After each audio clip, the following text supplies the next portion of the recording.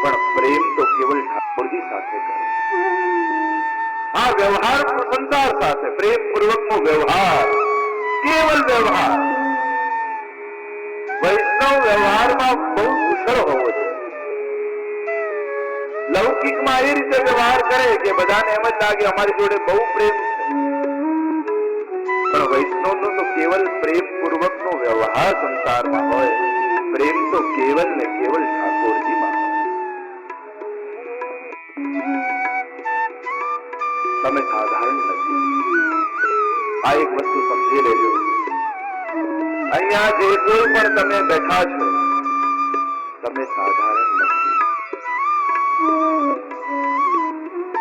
પુષ્ટિ પ્રવાહ મર્યાદા વેદ ગ્રંથમાં મહાપ્રભુજી આજ્ઞા કરે, 3 પ્રકારની સૃષ્ટિ પ્રભુ પ્રગટ કરે છે. પ્રવાહી સૃષ્ટિ પ્રભુ પ્રગટ કરે છે પોતાના મનમાંથી. અને જે લોકો એમ કે અમારે તો મનમાં આવે એવું કરીએ તો સમજી લેવું આ મનમાંથી પેદા થયું. આ પ્રવાહી સૃષ્ટિ સંસાર ચલાવવા માટે. મર્યાદા સૃષ્ટિ પ્રભુના વાણીમાંથી પ્રગટ થઈ છે. પ્રભુની વાણીમાં ધર્મ છે. જેને ધર્મમાં બહુ આપત્તિ હોય પણ ધર્મીને ગૌણ કરીને ધર્મ કરે એ મર્યાદા માર્ગ.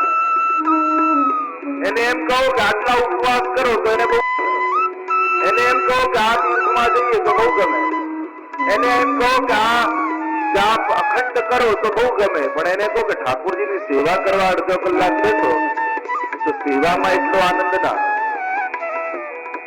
જેને ધર્મ કરવામાં વધારે આસક્તિ છે પણ ધર્મીને ગૌણ કરીને ધર્મ કરે છે એ મર્યાદા માર્ગ.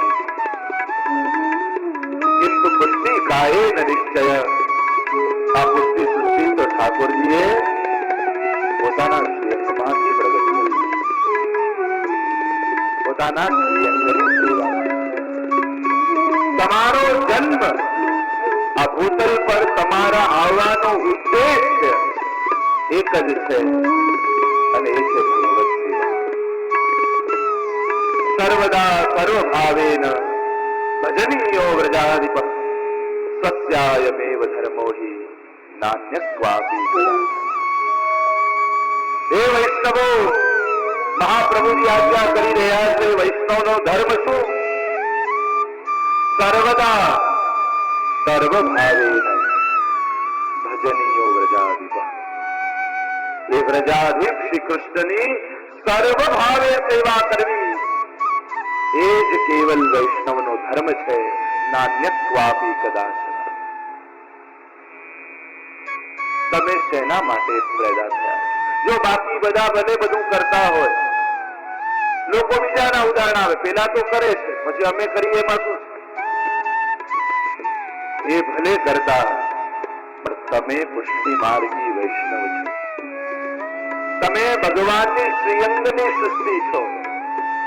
બીજા કરતા હોય તો કરે પણ ભગવાન તમારી પાસે અપેક્ષા રાખીને બેઠા. પેલી વાર્તા આવતી કે એકવાર એક ખેડૂતે બળદ ઉપર બહુ વજન ભરી દીધું. એટલું બધું વજન ભરી દીધું ને ઉનાળાનો દિવસ હતો ને એને ખેંચીને લઈ જાય છે વજનને બળદ. એટલામાં સામેથી એક ગધેડો મળ્યો અને એને કહ્યું કે તું રહ્યો બળદનો બળદ. શું થયું કે આટલું બધું વજન તારા પર તારા માલિકે ભર્યું છે, જો મારા પર આટલું મારો માલિક ભરે ને તો હું તો ઊંધો જ વળી જવું, એટલે બીજી વાર ભરે જ નહીં, તો દોડી જ નાખું. બળદે કહ્યું કે તું કરી શકે પણ અમે તો ગાયના દીકરા, અમારાથી આવું ન થાય. તારી માને તો કોઈ મંદિરમાં આવાય ન દે અને અમારી માં તો ભગવાનની બાજુમાં બેઠી હોય. તું કરી શકે, અમારાથી ન થાય. એમ બીજા જે કરતા હોય એ કરી શકે પણ આપણે વૈષ્ણવના દીકરા, આપણાથી આવું ન થાય. બીજા જે કરતા હોય એ કરે પણ તમે કોણ છો? તમારી પરંપરાને જુઓ, તમારા પૂર્વજોને જુઓ. તમે તમારા મા બાપ પ્રજાતિના દીકરા છો. તમે જેમના ઘરમાં ઠાકોરજીની સેવા બિરાજતી અને એવી પરંપરામાંથી તમે આવી રહ્યા છો. બીજા કરતા હોય તો કરી શકે તમારાથી આવું કારણ કે મહાપ્રભુજી તમારી પાસે કઈ અપેક્ષા નથી. તમારા ઠાકોરજી તમારી પાસે કઈ અપેક્ષા રાખીને બેઠા છે. કથા સાંભળ્યા પછી, સત્સંગ સાંભળ્યા પછી બને તો 5મા દિવસે પધરાવી દે. ઠાકોરજી વગરનું ઘર વૈષ્ણવનું ઘર કહેવાય જ નહીં. ભલે મિશ્રી ભોગ ધરો, ઉષ્ટાવી એક ચિત્ર લાલન પધરાવો, ભલે વધારે કઈ ક્રમ ન થાય, ઝાંપીજી લો, મોરપીછ લો, ગુંજા માળા લો, ઉષ્ટાવો અને રોજ ઠાકોરજીને જગાડી મિશ્રી ભોગ ધરો, યમનાષ્ટક સર્વોત્તમના પાઠ કરો, ઠાકોરજીને પોઢાડી દો. આટલો ક્રમ તો થઈ શકે ને? આટલું તો થઈ શકે ને? વૈષ્ણવ થયા તો ઠાકોરજી માટે આપણા ઘરમાં 2 ફૂટનું એક ખાનું પણ ઠાકોરજીને ન આપી શકીએ તો તેના વૈષ્ણવ. ઠાકોરજીને કબાટનો એક ગોખલો પણ ન આપી શકીએ અને આપણી જાતને આપણે વૈષ્ણવ કહેતા હોઈએ. કેમ આપણી જીભ ઉપડે આપણી જાતને વૈષ્ણવ કહેતા? દુર્લભ છે વૈષ્ણવતા.